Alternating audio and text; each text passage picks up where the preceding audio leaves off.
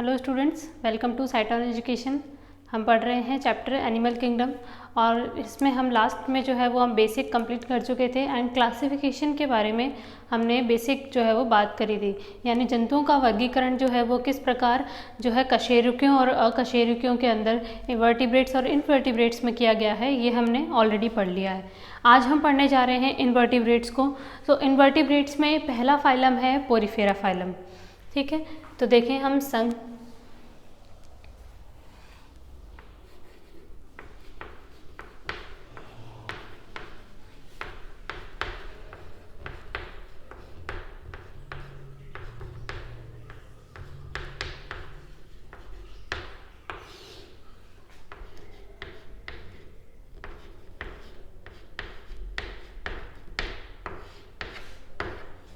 देखिए संघ पोरीफेरा यानी फाइलम पोरीफेरा के बारे में पढ़ते हैं। नाम से सबसे पहले क्लियर है कि पोर का मतलब होता है छिद्र। ठीक है, छिद्र यानी पोर्स, और बियर का मीनिंग होता है बियरर यानी रखना।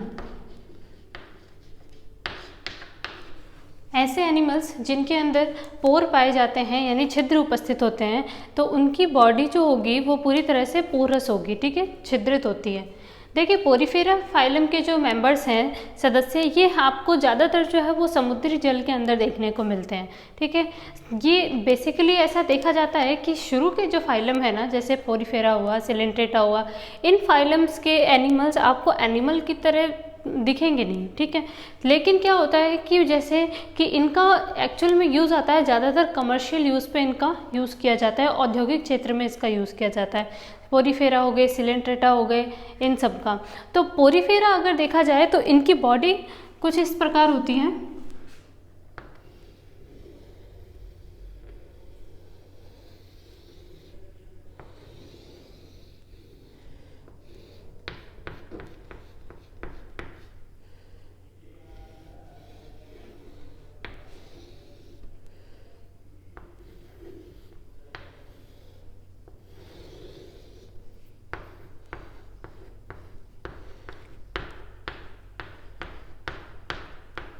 देखिए पोरीफेरा फाइलम के अंदर आपको इनकी बॉडी पे जो है वो छोटे छोटे छिद्र पोर दिखाई देंगे। इसी रीज़न से इसका नाम जो है वो पोरीफेरा रखा गया था। ध्यान रखना बच्चों, सबसे पहले साइंटिस्ट एरिस्टोटल ने जो है वो जंतु जगत के जो क्लासिफिकेशन है उसके बारे में स्टडी की थी। एंड एनिमल की ऊपर स्टडी करने का सबसे पहला कदम जो था वो एरिस्टोटल का ही था, अरस्तु का था। और जंतु कोशिका बता चुकी हूँ मैं आपको कि सबसे पहले देखी किसने थी, एंटोनी वॉन ल्यूवेनहॉक ने, जब कोशिका की खोज की जा रही थी। ठीक है, तो देखिए पोरीफेरा के अंदर हमें क्या देखने को मिलता है कि इसमें पोर्स हैं। तो देखिए एक तो पोर है कि ये एक बड़ा सा पोर प्रेजेंट है इसकी बॉडी पर। ठीक है ना, ये ऊपर की तरफ आप देख रहे हैं, ये पोर उपस्थित है। ठीक, और साथ ही साथ इसकी बॉडी पे बहुत सारे छोटे छोटे पोर्स भी उपस्थित हैं। तो देखिए इनके अंदर जो पोर्स होते हैं वो दो टाइप के होते हैं। एक होता है ऑस्टिया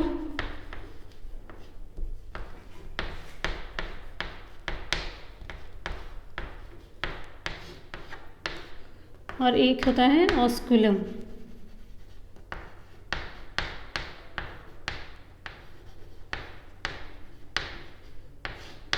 ऑस्टिया एंड ऑस्कुलम, ये जो छोटे वाले पोर्स जो हैं इन्हें कहते हैं ऑस्टिया। एंड ये एक लार्ज सिंगल पोर होता है, इसे कहते हैं अपन ऑस्कुलम। ठीक है ना, ऑस्टिया एंड ऑस्कुलम। देखिए ऑस्टिया और ऑस्कुलम, ये आप सिर्फ उसकी बाहरी फीचर्स के बारे में देख रहे हैं कि पोरीफेरा के मेंबर को जब हम देखते हैं तो वो किस प्रकार से नज़र आते हैं। तो इनके अंदर पहली बात पोरस होगी बॉडी, दो प्रकार के छिद्र उपस्थित होंगे। एक होगा ऑस्कुलम जो कि लार्ज होगा, बड़ा होगा और सिंगल होगा प्रेजेंट। ठीक है, और ऑस्टिया जो होते हैं वो बहुत सारे होते हैं बॉडी के ऊपर। ठीक, अब देखिए नेक्स्ट क्या होता है कि यहाँ पर एक चीज़ ध्यान रखना कि अगर मैं सिर्फ इस सिंगल की बात करती हूँ, ये मैंने एक सिंगल पोरीफेरा की बात करें, यानी ये इतना सा पार्ट जो है ये इसकी एक कोशिका है, ठीक है ना, क्या है इसका, एक पोरीफेरा एनिमल है, ये ध्यान रखना। और ये एक पोरीफेरा एनिमल है, ये दूसरा है और ये तीसरा है। तो यहाँ पर 3 मेंबर्स आपको दिखाई दे रहे हैं पोरीफेरा के। एक्चुअल में क्या होता है, जैसे मैं आपको बता चुकी हूँ पहले भी कि एनिमल्स के जो होते हैं इसमें पोरीफेरा के मेंबर्स जो है वो कोशिकाओं का गुच्छा बना के रखते हैं, क्लस्टर बना के रखते हैं सेल्स का। तो क्लस्टर ऑफ सेल्स यानी कोशिकाओं का गुच्छा दिखाई देता है यहाँ पर, ठीक है। इसीलिए इनका बॉडी ऑर्गेनाइजेशन अगर देखें अपन, शारीरिक संगठन,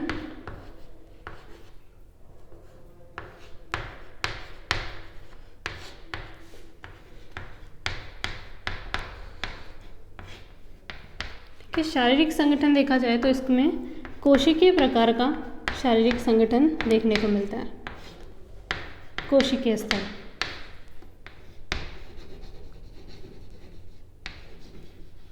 सेलुलर ग्रेड ऑर्गेनाइजेशन,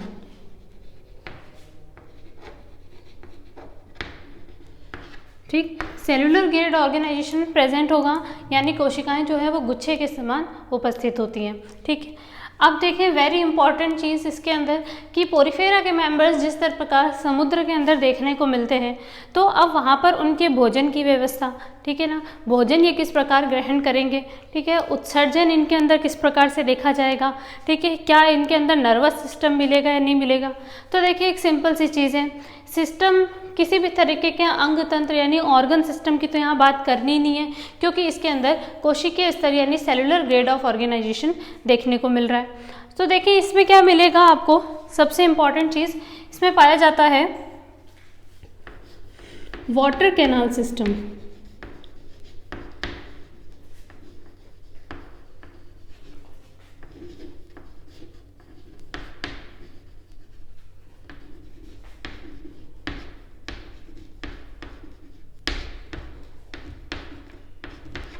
जल नाल तंत्र इसमें उपस्थित होता है, ठीक है, वाटर कैनाल सिस्टम जल नाल तंत्र उपस्थित है।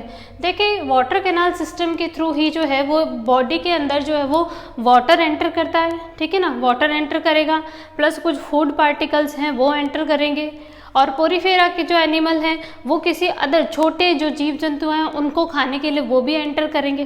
तो इनका जो है भोजन, वाटर, ये सभी के सभी जो होते हैं ये ऑस्टिया के थ्रू एंटर करते हैं। यानी देखिए यहाँ पर ये जो दोनों जो 2 पोर्स आपको मिल रहे हैं, 2 टाइप के पोर्स हैं, तो ऑस्टिया के थ्रू तो जो है वो वाटर एंटर करता है, ठीक है ना, और ऑस्कुलम के थ्रू जो है वो वेस्ट मटेरियल जितना भी है बॉडी का, ठीक है, जितना भी वेस्ट मटेरियल है, यानी कि होगा क्या, वेस्ट मटेरियल जो है वो ऑस्कुलम के थ्रू बाहर निकलेगा और ऑस्टिया के थ्रू वाटर, फूड पार्टिकल्स, ये सभी के सभी ऑस्टिया में एंटर करेंगे, ठीक है। देखिए क्या होता है, जैसे ही ये ऑस्टिया के थ्रू जैसे ही एंटर करता है, ये जैसे सपोज कि वाटर एंटर किया, ठीक है, और छोटे मोटे फूड पार्टिकल्स एंटर हुए, तो इनके अंदर जो है वो डिफरेंट टाइप्स की सेल्स प्रेजेंट होती है, बहुत अलग प्रकार की जो है वो कोशिकाएं उपस्थित होती है, और ये कोशिकाएं जो है वो उसे डाइजेस्ट करने में, ठीक है, भोजन को पकड़ के रखने में, और जैसे जैसे उसका पाचन करने में, ठीक है ना, तो डाइजेशन करने में, पाचन करने में सहायता करती है। इनमें अपन बहुत सारी कोशिकाएं देखेंगे, ठीक है ना। तो अभी इतना ध्यान रखना है पहले बच्चों कि ऑस्टिया के थ्रू तो एंटर करता है वाटर, और ऑस्कुलम के थ्रू वेस्ट मटेरियल जो है वो बाहर निकलता है, यानी कि जैसे कि कुछ जो पाचित नहीं हो पाएगा, ठीक है ना, जिसका पाचन ना हो पाए, डाइजेशन ना हो पाए, वो हो गया वेस्ट मटेरियल, ठीक।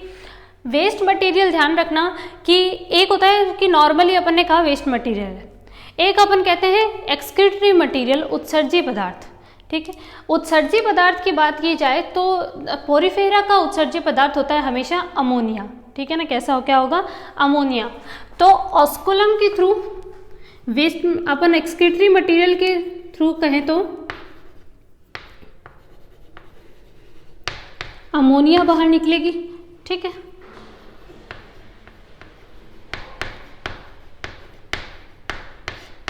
अमोनिया बाहर निकलती है। इसके अलावा रिप्रोडक्शन के लिए स्पर्म्स यानी शुक्राणु भी जो है वो ऑस्कुलम के थ्रू ही बॉडी से बाहर जाते हैं वाटर के अंदर, और साथ ही साथ ऑस्टिया के थ्रू अगर अपन कहें तो क्या एंटर करेगा, एंटर्स फूड वाटर, ठीक है, भोजन और जल, भोजन और जल जो है वो ऑस्टिया के थ्रू अंदर आएगा, ठीक है। अब बात करते हैं आगे जा करके, पहले इतना नोट डाउन करें आप।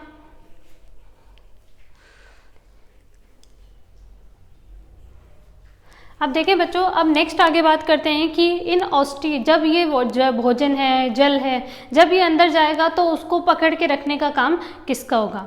देखिए वाटर का तो सिंपल सा काम है कि वो जैसे ही अंदर गया तो वेस्ट मटेरियल जैसे कि अमोनिया है, यहाँ पे देखें उत्सर्जी पदार्थ अमोनिया जो होता है ये एक ऐसा उत्सर्जी पदार्थ है जिसको बॉडी से बाहर निकालने के लिए अधिक से अधिक पानी की आवश्यकता होती है, ठीक है। तो अधिक से अधिक जो है वो यहाँ पर वाटर चाहिए अपने को। सो ये मिल ही रहे हैं समुद्र के अंदर, ठीक है ना, कुछ फ्रेश वाटर में भी। तो यहाँ से क्या होगा कि अमोनिया को जो है वो बहुत सारा पानी जो है वो बाहर निकालने के काम आएगा, तो इसीलिए वाटर जो है वो इसके अंदर जाता है। प्लस साथ साथ के अंदर फूड जो जा रहा है, फूड को डाइजेस्ट करने के लिए भी वाटर की ज़रूरत होती है। हम भी खाना खाते हैं तो साथ में पानी तो पीना पड़ता ही है, ठीक है। तो उसी प्रकार जो है वो वाटर का क्या इंपॉर्टेंस है वो पता होना चाहिए अपने को। तो अमोनिया को बाहर निकालने के लिए, ठीक है ना, ये एकमात्र ऐसा वेस्ट मटेरियल है जिसमें वाटर अमाउंट जो है वो सबसे ज़्यादा चाहिए होता है बॉडी से बाहर निकालने के लिए। जबकि अगर यूरिक एसिड और यूरिया की बात की जाए तो इसके मुकाबले में थोड़ा सा कम वाटर की ज़रूरत पड़ती है उन्हें बाहर निकालने में, ठीक है ना। तो अमोनिया के बेसिस पर ये जो पोरीफेरा के जो मेंबर्स हैं ये हैं अमोनोटेलिक, कैसे हैं, अमोनोटेलिक एनिमल हैं, ध्यान रखना।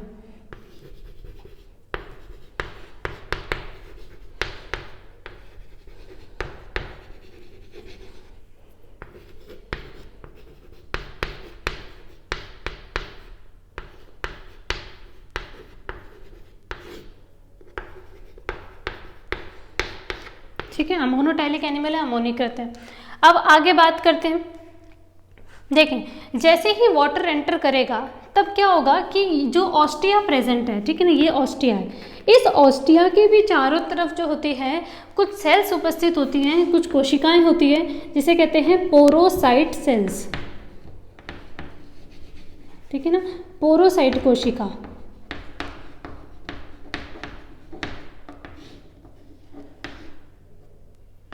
देखिए पोरोसाइट कोशिका जो होती हैं इसका फंक्शन होता है कि छिद्र जो है यानी पोर जो है वो उसको रखना, मतलब कहाँ कहाँ पर छिद्र उपस्थित होंगे वो डिसाइड होगा पोरोसाइट सेल से।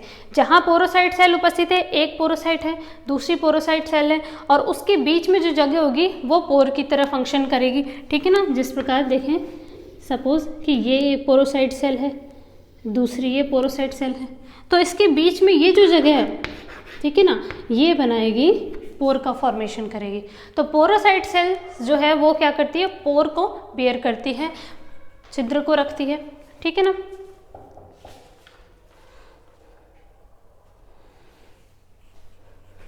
नेक्स्ट बात करते हैं, तो देखिए ये तो बात करी अपन ने सिर्फ पोरोसाइट सेल की कि फूड इससे एंटर किया। अब आगे बहुत ही इंपॉर्टेंट सेल कॉलर सेल्स, ठीक, कॉलर सेल्स और कोइनोसाइट सेल्स।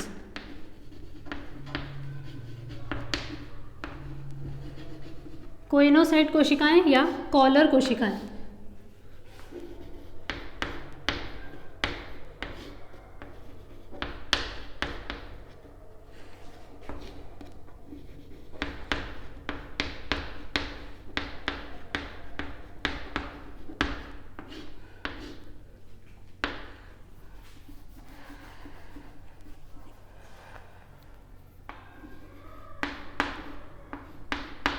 कोइनोसाइट कोशिकाएं। देखिए कोइनोसाइट कोशिकाएं जो होती हैं ये इसका सबसे आंतरिक स्तर बनाती है, ठीक है, सबसे आंतरिक स्तर को बनाएगी कोइनोसाइट कोशिकाएं। देखें क्या चीज़ है, पोरीफेरा जो है उसके एक तो होती है बाहर की तरफ ये लेयर, ठीक, जिसपे पोर्स प्रेजेंट है। बाहर की तरफ की जो लेयर है वो बनी हुई होती है पिनेकोडर्म कोशिकाओं की, ठीक है ना, पिनेकोसाइट कोशिकाओं की, और उस लेयर को कहते हैं, बाहरी परत को कहते हैं पिनेकोडर्म, ठीक है ना। इसके बारे में भी अभी बात करेंगे। इतना समझ लो, बाहर की तरफ की जो कोशिकाएं हैं, जो इसका आउटर मोस्ट जो है वो लेयर बना रही है, वो है पिनेकोसाइट कोशिकाएं, ठीक है। और अंदर की तरफ जो सबसे अंदर जो कोशिकाएं हैं वो है कॉलर कोशिकाएं, कॉलर सेल्स, या ये कोइनोसाइट कोशिकाएं भी कहते हैं।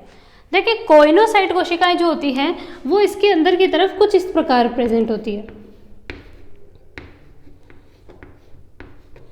ठीक है ना। कुछ इस प्रकार से ये कोशिकाएं जो है वो इसके अंदर उपस्थित होगी, ठीक है ना, पूरे चारों तरफ लगी हुई होती है इसके अंदर की तरफ देखा जाए तो कोइनोसाइट कोशिकाएं जो है ये क्या करती है कि जो भोजन है उसको पकड़ के रखती है, ताकि उसका पाचन के लिए जो है वो थोड़ा टाइम मिल सके। तो कोइनोसाइट कोशिकाएं बहुत ही इंपॉर्टेंट है, तो भोजन को पकड़ने का काम, ठीक है ना, कोई भी प्रे है यानी शिकारी है उसका, तो उसे जो है वो पकड़ के रखेगी थोड़ी देर, ठीक है। ये बात करी अपन ने। तो कोइनोसाइट सेल्स यानी कॉलर सेल्स, एनसीईआरटी इंपॉर्टेंट देती है इस चीज़ को, तो आपको भी जो है वो याद रखना है। नेक्स्ट बात करते हैं कि भोजन को पकड़ तो लिया, ठीक है ना, उसका डाइजेशन पे हो जाएगा। आगे आती है अमीबोसाइट कोशिकाएं।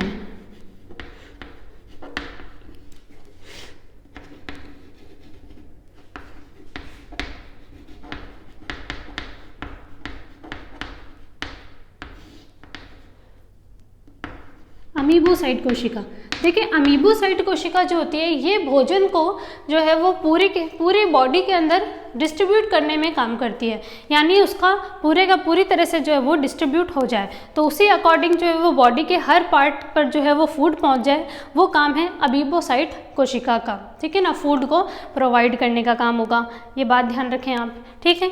तो देखिए वैसे तो बहुत सारी सेल्स होती है इसके अंदर, लेकिन हमें इतनी ज़्यादा सेल्स के बारे में एनसीईआरटी इन्फॉर्मेशन नहीं देती है, तो आपके क्वेश्चन इतने ज़्यादा हार्ड नहीं बन सकेंगे, ठीक है। तो वैसे तो बताने के लिए बहुत सी इन्फॉर्मेशन है, लेकिन इतनी आपके लिए लिमिटेड है, ओके। तो देखिए क्या है, अमीबोसाइट कोशिका, कॉलर सेल्स और पोरोसाइट सेल्स जो है वो ये याद रखनी है आपको। नेक्स्ट बात करते हैं अपन, मैंने आपसे कहा जैसे इसकी आउटर मोस्ट लेयर है, पोरीफेरा की जो आउटर मोस्ट लेयर होती है वो पिनेकोसाइट कोशिकाओं से बनी होती है।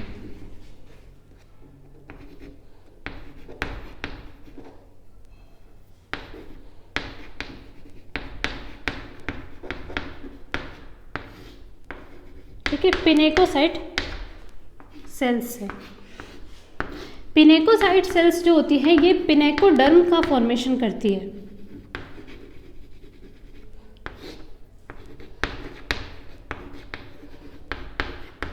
पिनेकोडर्म का, देखिए पिनेकोडर्म, डर्म का मतलब होता है अधिचर्म, ठीक है। एपिडर्मिस जैसे अपन बोलते हैं ना, जैसे हमारी स्किन है, तो हमारी स्किन क्या है, एक एपिडर्मिस की है, ठीक है ना, एक एपिडर्मिस है, उसी की तरह फंक्शन करती है। सो पिनेकोडर्म बात की जाए तो वो पोरीफेरा की आउटर मोस्ट लेयर होती है, ठीक है, जिसके ऊपर पोर्स प्रेजेंट होंगे, पिनेकोडर्म, और ये बनी हुई होती है पिनेकोसाइट सेल की। जिस प्रकार की कोशिकाओं से बनी है उसी प्रकार की उसकी लेयर का नाम हो गया। डर्म तो पूरी लेयर के लिए नाम है, और जिस कोशिका से बनी है वो सेल्स हैं, ओके ना।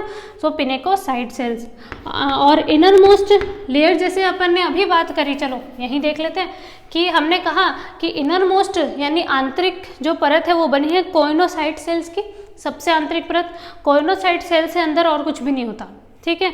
तो जो अमीबोसाइट सेल्स हैं वो प्रेजेंट होगी पिनेकोडर्म और कोइनोसाइट के बीच में, ठीक है ना। तो देखिए कोइनोसाइट सेल से मिलकर बनता है कोइनोडर्म, क्या बनेगी, कोइनोडर्म, यहाँ बता देते हैं आपको, कोइनोडर्म। तो ये एक परत है, ये ध्यान रखना, आंतरिक परत।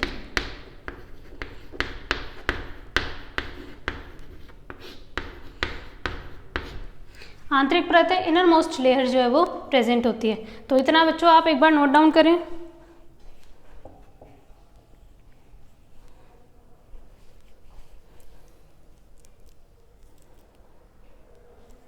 चलो बच्चे देखें आगे, एक बात ध्यान रख लेना, पिनेकोसाइट सेल्स जो होती हैं ये होती है फ्लैट सेल्स हैं, एकदम चपटी कोशिकाएं होती है, फ्लैट सेल्स होती हैं। जबकि कोइनोसाइट सेल्स जो है अभी बता चुकी हूँ मैं आपको, ये फनल शेप की होती है, ठीक है ना, फनल की आकृति की उपस्थित होती है। अब नेक्स्ट आगे बात बढ़ते हैं।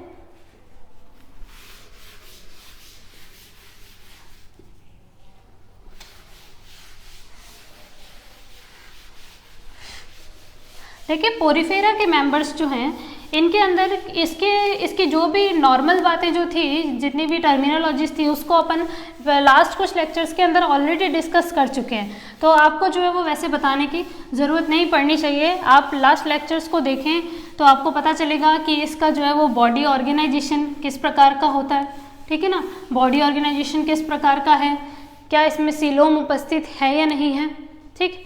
तो देखें, बात करते हैं यहाँ पर आगे।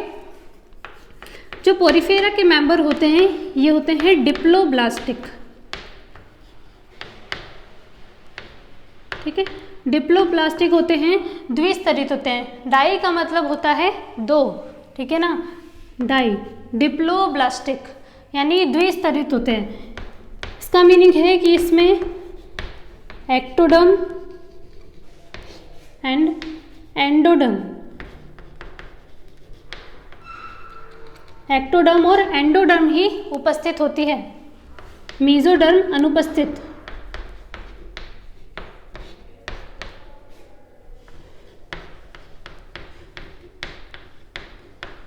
ठीक है ना, एक्टोडर्म और एंडोडर्म उपस्थित होती है, मीजोडर्म अनुपस्थित होगी, ठीक है ना, क्योंकि इसके अंदर कोई अंग तो है नहीं, उत्तक तो बनेगा नहीं, तो इतनी ज़्यादा कॉम्प्लेक्सिटी जो है वो इसमें नहीं पाई जाती, ठीक है। अब नेक्स्ट बात करते हैं आगे कि इनमें क्या होता है कि देखें, अब इसमें आपको देखने को मिलेगा कि अंदर की तरफ एक बहुत ही स्पेशल कोशिकाएँ होती है, ठीक है, वो बनाती है कुछ स्पिक्यूल्स को, ठीक है ना। क्या होता है कि पोरिफेरा, अब पोरिफेरा की स्ट्रक्चर को बनाए रखने के लिए, ठीक है ना, स्ट्रक्चर को बनाए रखने के लिए जो है वो कुछ मटेरियल उपस्थित होता है। जैसे आप ह्यूमन बीइंग की बात करें तो हमारी बॉडी की स्ट्रक्चर किसने बनाए रखी है, स्केलेटन ने, ठीक है ना, कंकाल ने। तो इसी तरह से क्या होता है कि हमारे अंदर की तरफ भी जो है वो एक स्केलेटल उपस्थित है, तो इसमें क्या होगा, एक अंतःकंकाल एंडोस्केलेटल उपस्थित होगा।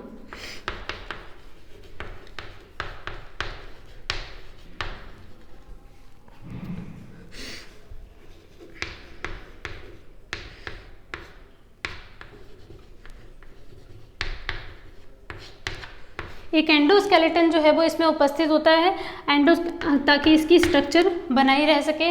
और ये जो एंडोस्केलेटन है ये कुछ स्पिक्यूल्स के कारण बना होता है, ठीक है ना, स्पिक्यूल्स कंटिकाओं के कारण जो है वो इसी से बना हुआ है, ठीक है ना, स्पिक्यूल्स कंटिकाएं से बना हुआ होता है। और ये स्पिक्यूल्स जो होती हैं ये या तो बनी हुई होंगी सिलिका की, ठीक है, या तो ये बनेगी सिलिका की, या ये बनी होती है कैल्शियम कार्बोनेट की, ठीक है, कैल्शियम कार्बोनेट की, या फिर बनी हुई होगी ये स्पॉन्जिन फाइबर्स की, ठीक है।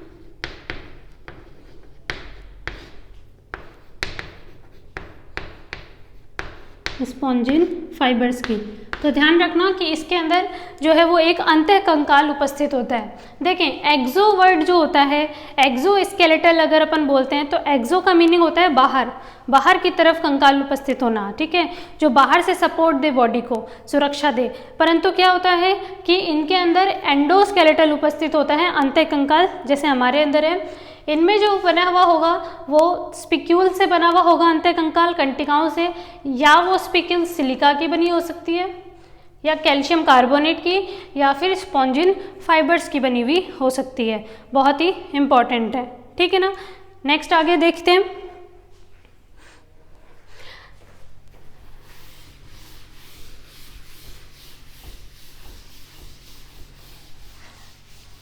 देखिए, जो पोरिफेरा के मेंबर्स होते हैं पोरिफेरा के मेंबर्स के अंदर जो है वो बाइसेक्सुअलिटी पाई जाती है, द्विलिंगता पाई जाती है, ठीक है।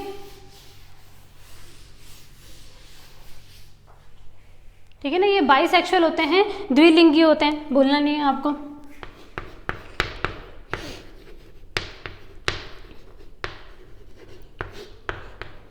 ठीक है, द्विलिंगी होंगे, द्विलिंगी होते हैं, ठीक है।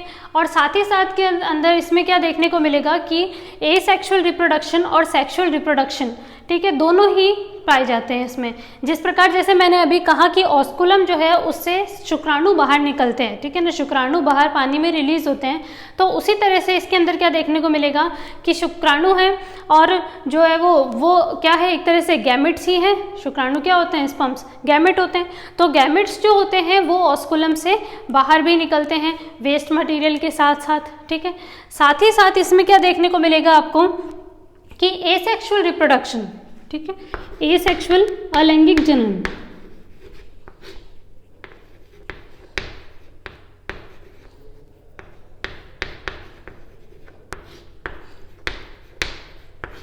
अलैंगिक जनन, एसेक्सुअल रिप्रोडक्शन वेरी इंपॉर्टेंट है, इसमें ध्यान रखना। इसमें रीजनरेशन की पावर पाई जाती है, रीजनरेशन की पावर पाई जाएगी, पुनरुद्भवन की क्षमता,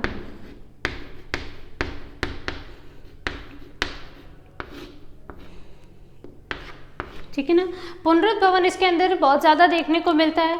पुनरुद्भवन, रीजनरेशन, जैसे आपने पढ़ा हुआ होगा कि कोई भी भाग अगर बॉडी का टूट जाता है तो वो अगेन जो है वो उसी बॉडी पार्ट को दोबारा बना लेता है, तो उसे कहते हैं पावर ऑफ रीजनरेशन, ठीक है ना, पुनरुद्भवन की क्षमता। तो पुनरुद्भवन की क्षमता जो होती है वो एक अलैंगिक जनन का प्रकार है और ये जो है वो पोरिफेरा के अंदर मोस्टली देखने को मिलता है, ठीक है। तो ये पहला प्रोसेस है अलैंगिक जनन का, एसेक्सुअल रिप्रोडक्शन का। अगला प्रोसेस बात करें एसेक्सुअल में ही, अलैंगिक जनन जो है वो बडिंग के थ्रू भी होता है, मुकुलन,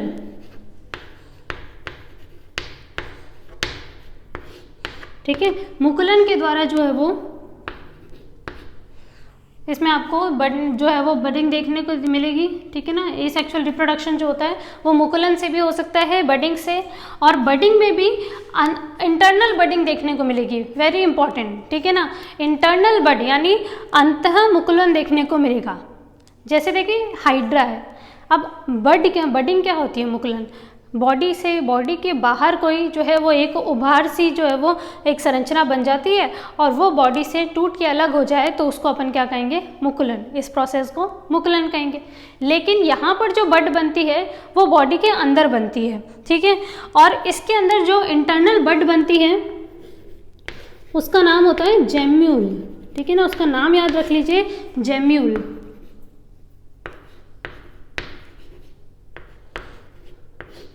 जेम्यूल के द्वारा जो है वो इसमें बडिंग देखने को मिलती है, ठीक है।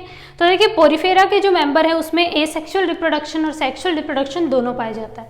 सेक्सुअल रिप्रोडक्शन के अंदर आपको वही है, गैमेट्स के थ्रू देखने को मिलेगा, युग्मकों के द्वारा, ठीक है ना, लैंगिक जनन तो युग्मकों के द्वारा होगा, परंतु एसेक्सुअल रिप्रोडक्शन जो है वो पुनरुद्भवन, रीजनरेशन और बडिंग में भी जेम्यूल जो कि एक इंटरनल बड है, ठीक है ना, क्या है, इंटरनल बड।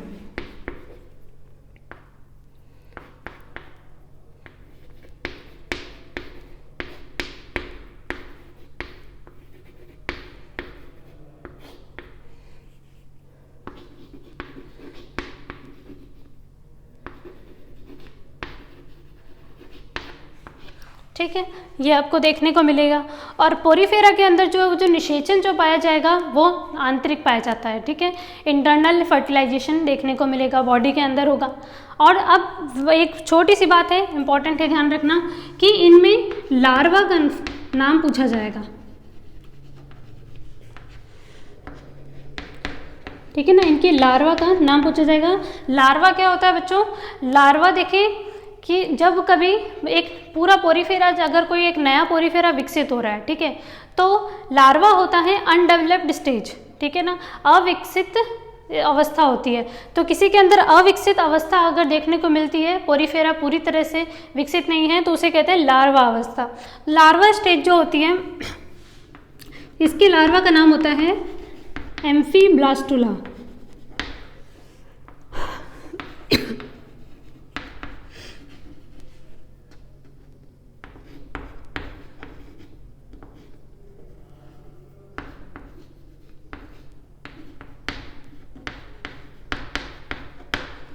एम्फीब्लास्टुला इसके लार्वा का नाम है। ये कौन नाम है? पैरेन्काइम्यूला।